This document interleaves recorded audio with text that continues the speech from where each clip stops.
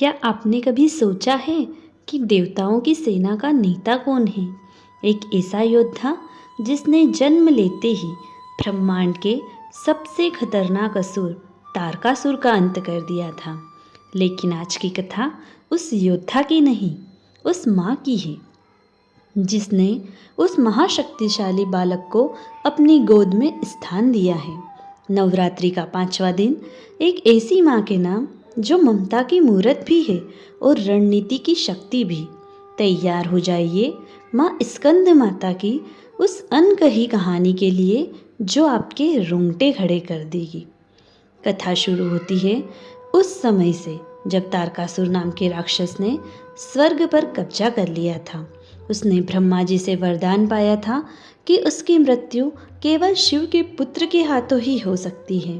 तारकासुर निश्चिंत था क्योंकि महादेव घोर तपस्या में लीन थे, लेकिन शक्ति के बिना सृष्टि अधूरी है।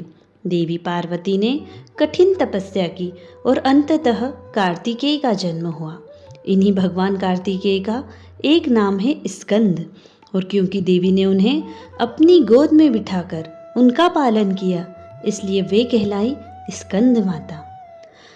अब जरा आंखें बंद कीजिए और माँ के इस अद्भुत स्वरूप की कल्पना कीजिए।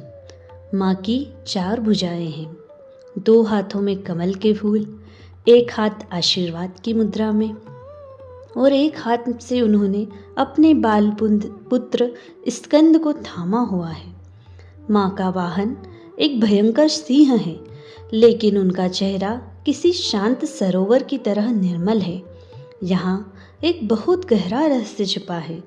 एक तरफ गोद में बच्चा जो कोमल ममता दिखाता है, और दूसरी तरफ वाहन शेर जो शौर्य और डर का प्रतीक है।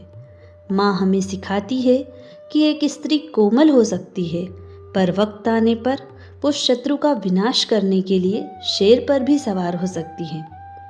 तारकासुर को लगा था कि एक नन्हा सा बालक उसका क्या बिगाड़ लेगा।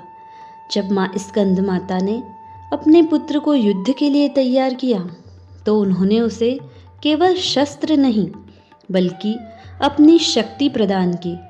युद्ध के मैदान में जब बाल स्कंद पहुँचे तो असुरों की सेना उन्हें देखकर हंसने लगी, लेकिन जैसे ही माँ स्कंद माता ने अपनी हुंकार भरी, पूरा ब्रह्मांड कांप उठा।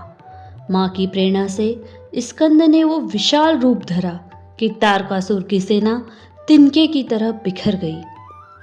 अंत में माँ के आशीर्वाद से कार्तिकेय ने अपना भाला उठाया और एक ही वार में तारकासुर के सीने को चीर दिया। अधर्म का अंत हुआ और स्वर्ग में फिर से धर्म की स्थापना हुई। यह जीत केवल एक योद्धा की नहीं थी, यह उस माँ की थी जिसने अपने बच्चे को विश्व का रक्षक बनाया। दोस्तों, माँ स्कंद माता की पूजा करने वाले को केवल मोक्ष नहीं मिलता, बल्कि उसकी बुद्धि इतनी तेज हो जाती है कि वो कठिन से कठिन परिस्थिति को भी मात दे देता है।